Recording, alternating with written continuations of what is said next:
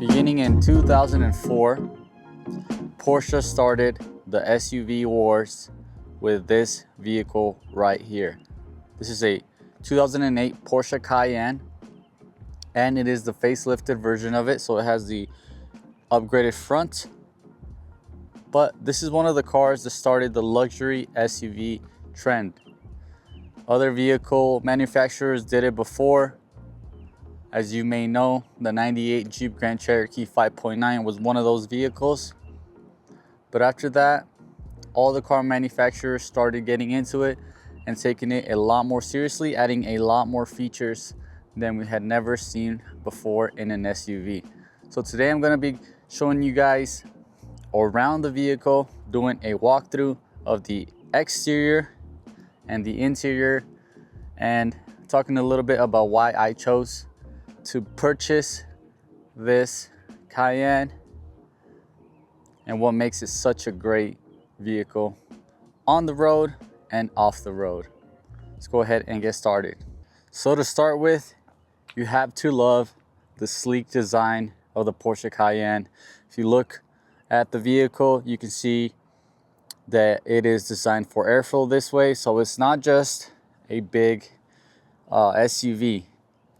A lot of people criticized this vehicle when it came out because it was Porsche's first attempt at an SUV. They criticized the size, the weight, and the body lines of the car, but I think they work flawlessly in this design. Let's go ahead and look at the wheels right here. These are 17-inch wheels, and I love the design of them. You have the big Porsche emblem right in the middle. Big Porsche brakes. I believe that these came equipped with Brembo brakes from the factory, and you can just see how big the brake is. The brake calipers are on these. This one is also equipped with the air suspension. A little bit more about that later, but right now it's sitting in the normal height, so I believe it can go up to 4 inches at its highest setting and then drop 2 inches at its lowest setting. Moving on to the front, you have the big air dam in the front for the air to pass through. And then there are these vents here on the side, which should be functional on the turbo models to allow air to go into the intercoolers. The headlights on these are adaptive, so whenever you turn, they light up wherever you're turning, left or right. Sunroof in the top.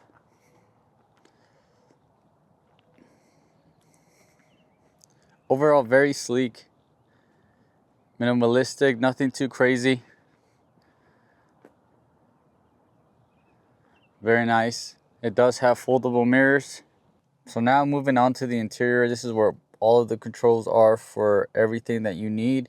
Everything is spaced out very nicely. We're going to start with your center gauges. I really like that there's an oil temperature gauge over here on the left side. In the middle, you have your coolant temperature, gas, and your volts on this side.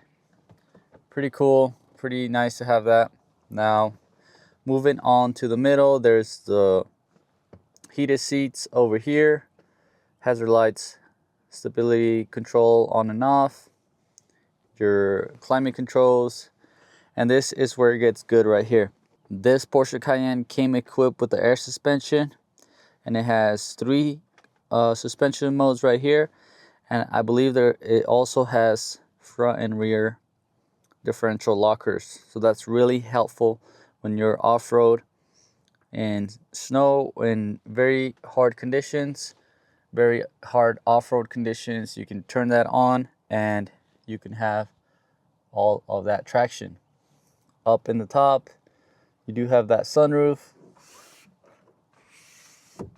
It's just controlled with a little knob right here. You can turn it. So this steering wheel design is very controversial because of its shape. When I first saw this, I hated it, but now I like it. Not just because I have it, it works. Up here, you have the Tiptronic controls for the transmission, so you can shift up and down, and you can shift up and down with one button. So if you wanted to just use one, you can, but they gave you another one here. It's kind of interesting that they chose to do that on this. And then you have your controls here for your radio. Very nice to the touch, big buttons here. And then in the back, there's just a tiny little button here on both sides, and that's to turn on the lights of the steering wheel. When you're driving at night, you can turn it on. Both of the buttons do the same thing. So one of the things I really don't like about this Cayenne is that it only comes with manual light controls. What that means is that it doesn't have an auto on and off. You have to manually turn on the lights, and it makes that sound every time. I don't like that. I don't know if it was just this model that didn't come equipped with the auto light option, or if that's a thing across the Cayennes. But I do like that the entry point for the key is on the left side. And if you're a Porsche fan, you already know that they do this on all of their vehicles. That's a nice, cool feature. It's supposed to make it faster for you when you get in the car to have that on the left side.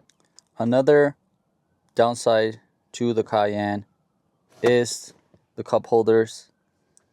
In my opinion, they're a little bit too small. They do the job if you have like normal sized drinks, but if you have like a bigger water bottle, it's not gonna fit in there. However, I do know that this car was not designed to fit your water bottles and stuff like that. It was more of a sporty family vehicle, but it wasn't gonna have all the things that normal family haulers have. It's just a little bit more sport based, so you don't get all the amenities like those cars. And another thing, it does have the Bose sound system, which sounds pretty good for a car of this year and this age. The higher tones do sound a little bit fuzzier on it, but it's held up pretty well. There's no blown speakers or anything. I'm like coming from the Jeeps, I'm used to the speakers not working, but these are very high quality speakers, and I do really like that they still work and function perfectly. Now on this side, you have the mirror controls here. They are heated and folding, so if you turn the knob this way, they fold.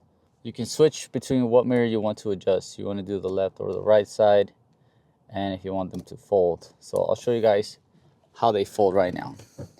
So this is the folding option on the side mirrors. Turn the key one way, and you just turn the knob and they'll fold. Pretty sweet. Now fold them back out.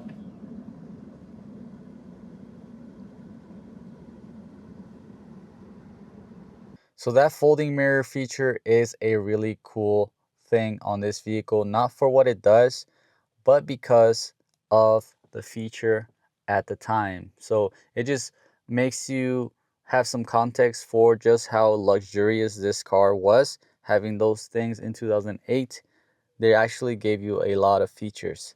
And moving on to the side here, I like how simple these controls are. You just have your lock and unlock, window switches, and your window locks. If you have children in the back, you can lock it. The two front windows are auto, and then these are not. But another cool thing is that the rear passengers have the option to lock and unlock the car. And my guess is that if you were being driven around, you're given that option to have that. So moving on to the back, you can see the door control buttons right there. And I do want to say that the space here in the back, the legroom, is very comfortable. I've ridden back here and you don't feel crowded. You don't feel like there's not enough headroom. Before I bought the car, I was thinking that I was gonna have to like struggle with having like people back here because of it being like a smaller SUV, but it's actually very nice and comfortable back here.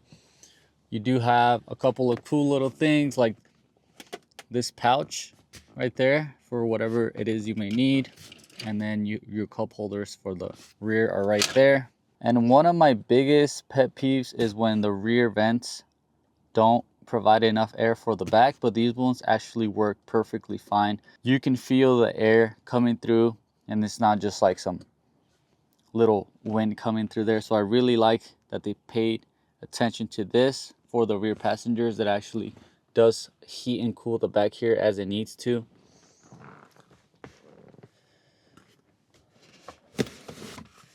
This center armrest here is actually nice, and there's a little bit of storage there.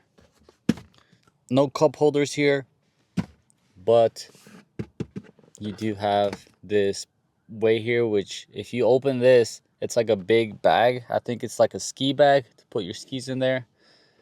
Or if you're going to like the hardware store or anything like that, some 2x4s. Let me know in the comments, because I'm actually curious what that is designed to do. And it's a pain to put back in there, so I'm not gonna even take it out. Another cool note is that my camera bag matches the leather. Very similar color. It's a Porsche Limited camera bag over there. Moving on to the back, I really like how they incorporated the glass into the hatch. It's almost like a seamless design. And if you move closer, you might not know, but this hatch does open up. The button right here is just so tiny. Not a lot of people know that the hatch on these lifts up this way. This one does need the hinges replaced so it doesn't stay up, but the latch actually works. And one thing that I really like is that you don't see any of the struts for the latch. It's all hidden in the mechanisms back there. It's a nice clean look, and just look at how wide the space is here to put your stuff in. Very spacious. Here's a full-size stroller, and then you have more room here for groceries or whatever you need. So I'm really happy with the space in the back. And then there's also a little bit more storage here on the left side. And then on this side, you might think that there's more storage here, but actually it's your CD changer. So you can put, I think, 4 CDs in there, maybe more. I'm not sure. I haven't used this yet. But here's your CD changer and, you know, some mechanical stuff down there, so you can like diagnose and fix if you have any issues with that. So on the hatch itself, you have the button to lower it, and then there's a handle if you pull this to adjust where the tailgate is gonna be. Tailgate is right there. Maybe you want it a little bit lower, you know. But let's close it up, and we're gonna go look at the engine to finally wrap up thoughts on the Cayenne.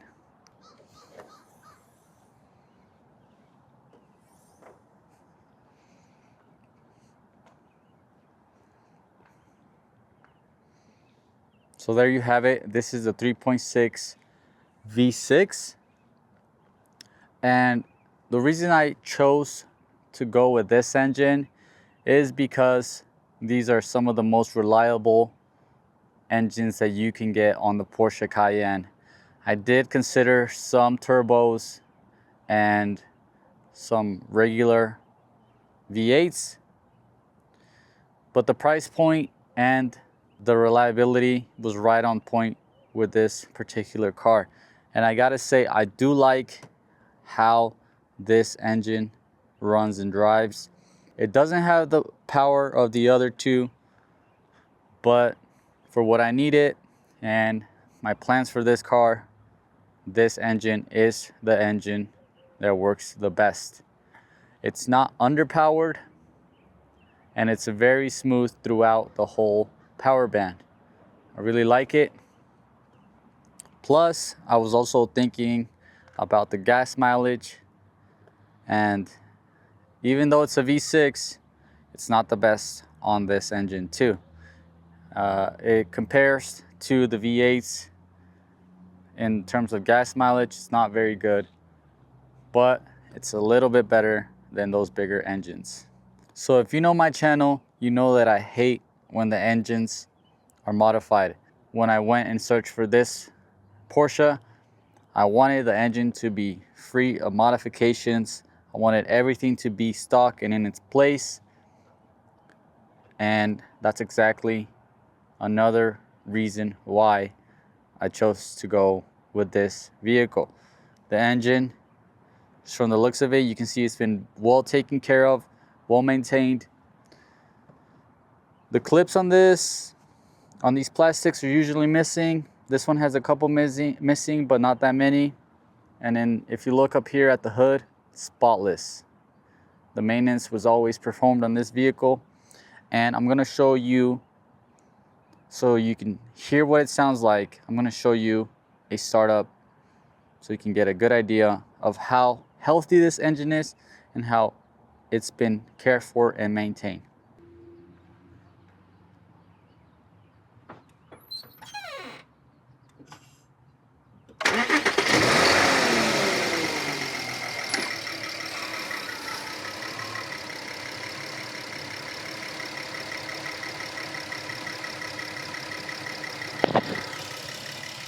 So as you guys know, I like to do the sound test on these engines. Take a quick listen. Let me know your thoughts on this motor.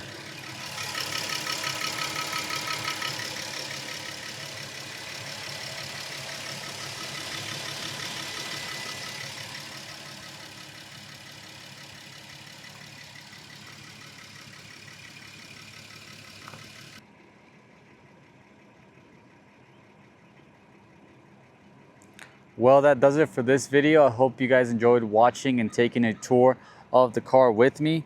If you're a Porsche fan, let me know what the must-do maintenance items are on this so that I can keep it running and keep it in a good shape for a long time to come. Thank you guys for watching.